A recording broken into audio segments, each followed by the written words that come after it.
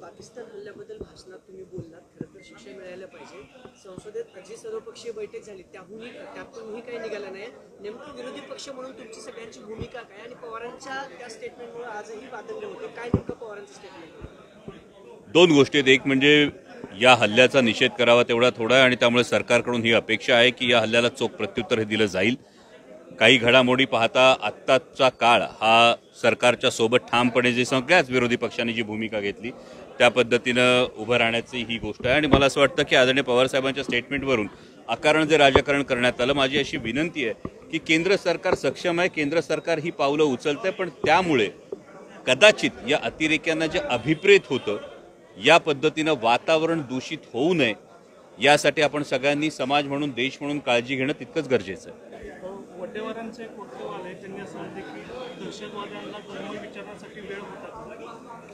बघ, या हल्ल्याच्या बाबतीत जे झालं याचा जर आपण बारकाईनं जर विचार केला तर तो बारकाईनं विचार पुन्हा हाच आहे की दहशतवाद्यांच्या गोळ्यांनी जेवढं नुकसान झालं याबरोबर त्या सगळ्या पर्यटकांना ज्यांना जीव गमवावा लागला त्या सगळ्यांच्या कुटुंबाप्रती नक्कीच या संवेदना आहेत. परंतु त्या बरोबरीनं या वाक्यानंतर देशातलं वातावरण कलुषित होण्याचा त्यांचा वेगळा प्रयत्न होता का दहशतवाद्यांचा, या दृष्टीनं आपण बारकाईनं विचार केला पाहिजे, सखोल याबाबत विचार केला पाहिजे. आणि जर हा हेतू दहशतवाद्यांचा होता तर दहशतवाद्यांचा हा फूट पाडण्याचा हेतू आपण यशस्वी होऊ देता कामा नये. या क्षणाला, या घडीला सरकारच्या बरोबर सगळे विरोधी पक्ष ठामपणे उभे आहेत. त्या पद्धतीने या दहशतवाद्यांना कठोरात कठोर हे शासन हे व्हायलाच हवं, ही अद्दल घडायलाच हवी, ही आत्ता प्रत्येकाची भावना आहे. सरकारचे 100 दिवस पूर्ण झाले, मात्र 100 दिवस एकही काम झालेलं, फक्त विचार वगैरे सगळे काम सुरू.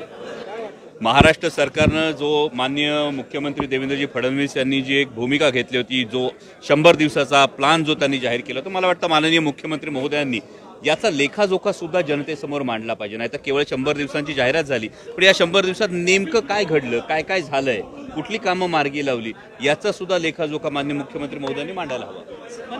त्यांच्या राजीनाम्याला 1 महिन्यापेक्षा अधिक काळ जो आहे तो उलटून गेलाय, पण केबिन मात्र अजूनही मंत्रालयात तशीच आहे, नावाची पाटी तशीच आहे. धनंजय मुंडे रिटर्न होतील असं वाटतं मंत्रिमंडळात? मला वाटतं याचं उत्तर माननीय मुख्यमंत्री महोदयांनी राज्याचे प्रमुख म्हणून आणि माननीय अजितदादांनी त्यांच्या पक्षाचे प्रमुख म्हणून त्यांनी दिलं तर ते जास्त योग्य ठरेल. इतर कोणी तर्क लावण्याची आवश्यकता नाही. ठाकरे एकत्र येतील वाटतं का तुम्हाला? तुम्ही शिवसेनेमध्ये दोन्ही ठाकरे एकत्र येतील? हे बघा, हा पुन्हा मला वाटतं की माननीय राज ठाकरे आणि माननीय उद्धवसाहेब ठाकरे या दोघांना तो निर्णय घ्यायचा आहे. त्यामुळे त्याबाबतच्या निर्णयाबाबत काय होईल हे त्यांनीच घोषित करणं जास्त योग्य राहील. मी तुम्हाला एका वाक्यात, अनेक वर्ष आपण ऐकता आदरणीय शरदचंद्रजी पवार साहेब सांगतील ते धोरण आणि बांधतील ते तोरण.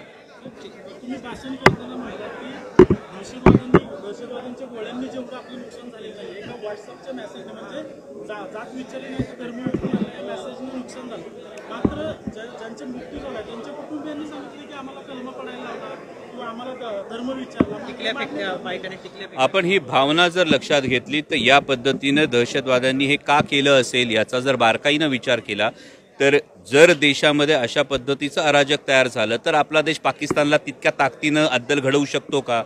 तर देशानं आत्ता एकसंध राहून पाकिस्तानला अद्दल घडवण्याच्या, त्या दहशतवाद्यांचा बिमोड करण्याच्या भावनेतून ठामपणे उभं राहणं आत्ता गरजेचं आहे. इतर विषयांना आत्ता या पद्धतीने चर्चा करून त्याच्या पोलरायझेशनमध्ये जर गेलं तर अंतर्गत एक वेगळं युद्ध आपल्याला लढायची आवश्यकता आहे का, हा त्या वक्तव्यामागचा एक फार महत्त्वाचा हेतू होता.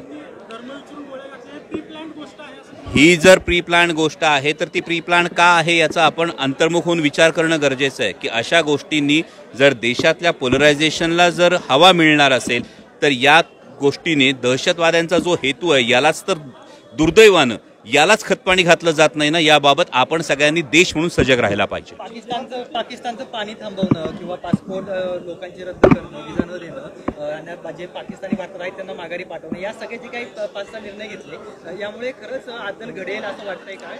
हे बघा, आत्ताच्या घडीला देशाची भावना आहे की पाकिस्तानला हा धडा शिकवलाच पाहिजे. हे वारंवार होणाऱ्या दहशतवादी हल्ल्यांची ही थेरं एकदाची थांबली पाहिजेत, ही संपूर्ण देशाची भावना आहे. आणि त्यामुळे सरकार काही पावलं उचलते. प्रत्येक पावलावर संशय घेण्यापेक्षा त्या पावलांचा परिणाम काय होतं हे बघणं जास्त गरजेचं आहे. त्याशिवाय त्या प्रत्येक गोष्टीवर शंका जर उपस्थित केली तर मला वाटतं की हा अडथळा निर्माण करण्यापेक्षा सरकारवर विश्वास आता विरोधी पक्षांनी ठेवलेला आहे. विरोधी पक्षांनी सरकारच्या आम्ही सोबत आहोत या कारवाईमध्ये ही भूमिका घेतलेली आहे. सरकार काय पावलं उचलते ते पाहणं गरजेचं आहे. तुम्ही ठाकरेंचा विषय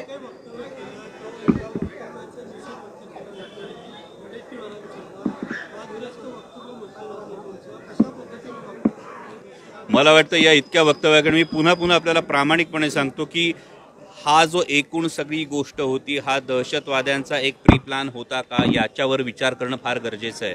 की अशा पद्धतीनं जर याने पोलरायझेशन देशांतर्गत जर देशाच्या जनतेमध्ये देशाच्या देशवासियांमध्ये जर अशा पद्धतीची दुफळी माजायचा जर हा हे षडयंत्र दहशतवाद्यांचं होतं का हेही विचार करणं गरजेचं आहे. आतापर्यंत ठाकरेंचे एकच मिनिट आतापर्यंत ठाकरेंच्या विषयामध्ये घरातला विषय असेल किंवा बाहेरचा विषय असेल साहेबांनी बऱ्याचदा समजावणीच्या स्वरूपात हस्तक्षेप केलेला आहे.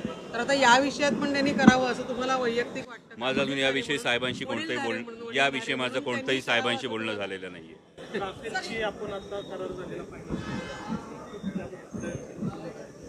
काय राफेलची नवीन करार करण्यात आलेला आहे. तर मला असं वाटतं आत्ताच्या घडीला संरक्षण विषय कुठलेही प्रश्न उपस्थित करणं किंवा केंद्र सरकारच्या या पहलगाम हल्ल्याच्या प्रत्युत्तरादाखल जी पावलं आहेत याविषयी प्रश्न उपस्थित करणं मला उचित वाटत ना. हा माझा व्यक्तिगत विषय आहे. त्यामुळे मला असं वाटतं त्यावर कुठलीही शंका किंवा त्याविषयी अनेक प्रश्न हे आत्ता उपस्थित करण्याची वेळ नाही आहे.